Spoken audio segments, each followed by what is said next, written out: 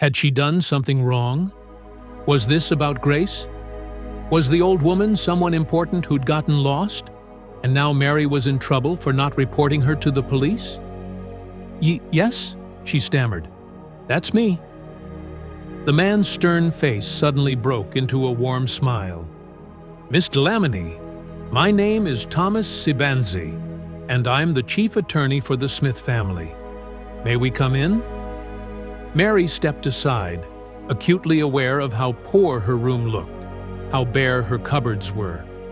The two men entered, and though the room could barely contain them, they didn't show any judgment. Miss Delamony, Thomas said, 2 days ago, you helped an elderly woman, a woman named Grace Smith. Mary's mouth went dry. Is she okay? I was worried when she left. She's more than okay, Thomas said, and now he was grinning. Miss Delamony, do you know who Grace Smith is? Mary shook her head. Thomas pulled out his phone and showed her a photograph. It was a professional picture of Grace, cleaned up, well-dressed, sitting in a luxurious setting, next to a distinguished-looking elderly man in a wheelchair. Grace Smith, Thomas said, is the mother of Mr. Malcolm Smith, one of the wealthiest men in Eswatini. He owns Smith Industries, construction, manufacturing, agriculture. Perhaps you've heard of it? Mary felt the room spin. Of course she'd heard of Smith Industries. Everyone had. The company employed thousands of people. Their buildings were all over Manzini, all over the country. 3 days ago, Thomas continued, Mrs. Grace Smith wandered away from her home. She has dementia, you see, and sometimes she gets confused. Her family was frantic. They searched everywhere. Police, private investigators, everyone was looking for her. And then, Thursday night, she somehow found her way back home, clean, fed, dressed in fresh clothes, and talking about an angel named Mary who saved her life. Mary couldn't speak, couldn't breathe. Mrs. Smith told her son everything. Thomas said softly, how she fell in the rain, how everyone walked past her, how you carried her home on your back, gave her your bed, your blanket, your food, even though you had almost nothing yourself. She told him about your tiny room, your poverty, your kindness. Mr. Smith asked me to find you immediately. The second man opened his briefcase. Miss Delamony, Thomas said, Mr. Malcolm Smith would like to meet you. But first, he asked me to deliver this. He handed her an envelope. With shaking hands, Mary opened it. Inside was a check. Her eyes couldn't make sense of the numbers at first. She counted the zeros once, twice, 3 times. 1 million imalanjani. She looked up at Thomas, sure this was a mistake. It's real, he said gently. Mr. Smith wanted to thank you properly. But there's more. More, Mary whispered. Mr. Smith would like to offer you a position. He said that anyone with a heart like yours deserves a chance in life. He's prepared to sponsor your nursing training, full scholarship, at the best school in the country. And when you graduate, you'll have a job waiting for you at the Smith Industries Medical Clinic, with a starting salary of 20,000 emalangini per month. Mary's legs gave out. She sat down hard on her bed, the check fluttering in her trembling hands. Thomas knelt down so they were eye level.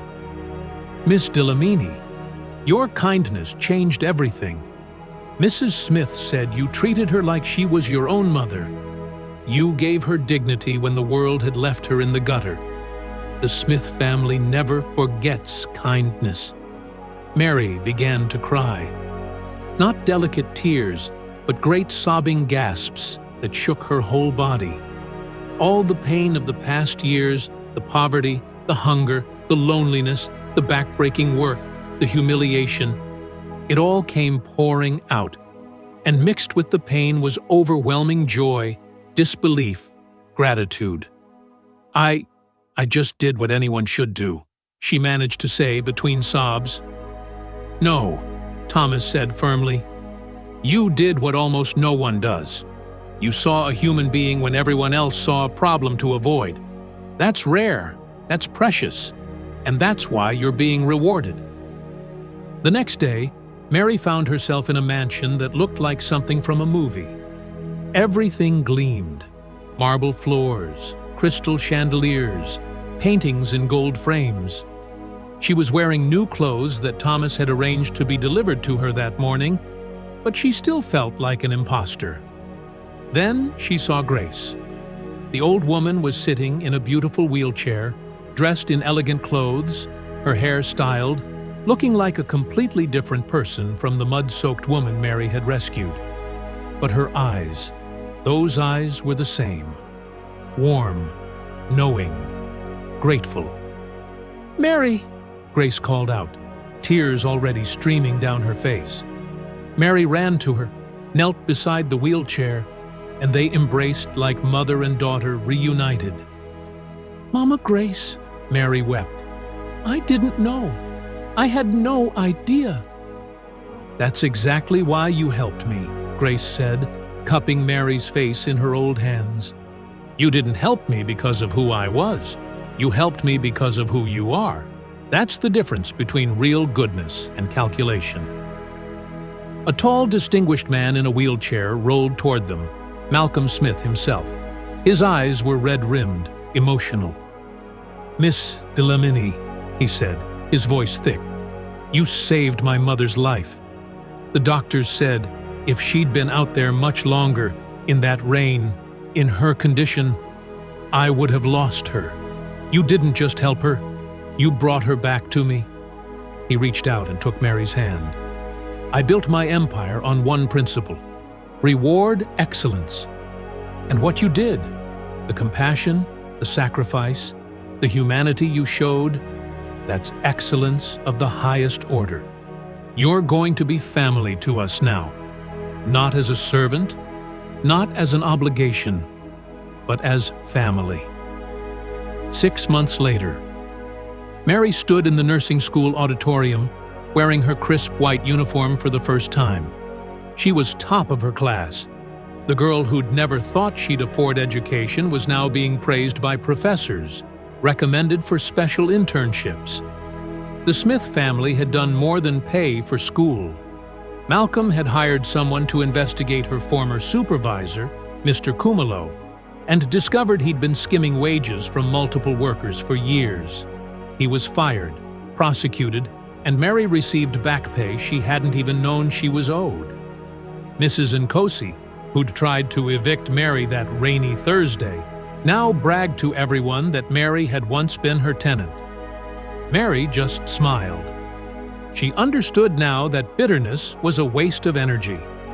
On weekends, Mary visited the Smith mansion.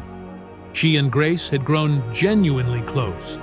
They'd sit in the garden, Grace in her wheelchair, Mary beside her, and talk for hours. Grace's dementia meant she sometimes forgot conversations they'd had the day before, but she never forgot that rainy Thursday. "Tell me again," Grace would say, smiling. "Tell me about the day we met." And Mary would tell the story. The rain, the gutter, the long walk home, the shared meal, the night of care. Each time Grace would cry and say, "You're my angel, my golden-hearted angel." Malcolm set up a foundation in Mary's honor, the Golden Heart Initiative, providing scholarships for young people from poor backgrounds who demonstrated exceptional character. Mary helped select recipients, looking for people like herself, hardworking, kind, overlooked. She used part of her gift money to fix up Mrs. Nkosi's compound, improving the conditions for the other tenants who lived there. She donated to the church her mother had attended. She sponsored 2 orphans' education. The money didn't change who Mary was. It just amplified what had always been there: a good heart. One evening, sitting with Grace in the mansion's garden as the sun set over Manzini, Mary asked the question that had been on her mind for months. "Mama Grace, do you remember anything from that day?" When you were lost? Grace was quiet for a long moment, staring at the orange sky. I remember everything, she said finally. The dementia makes me forget recent things, but that day, crystal clear. I remember lying in that gutter, watching people walk past. I remember feeling invisible, worthless, like I'd already died and no one had noticed. And then I remember your face, looking down at me with such concern, such love. A stranger, treating me like I mattered. She turned to Mary, tears glistening. That's what I tell Malcolm all the time. It wasn't about money or status or family name. When I was at my lowest, when I was nothing but an old, crippled woman in the rain, you saw my humanity.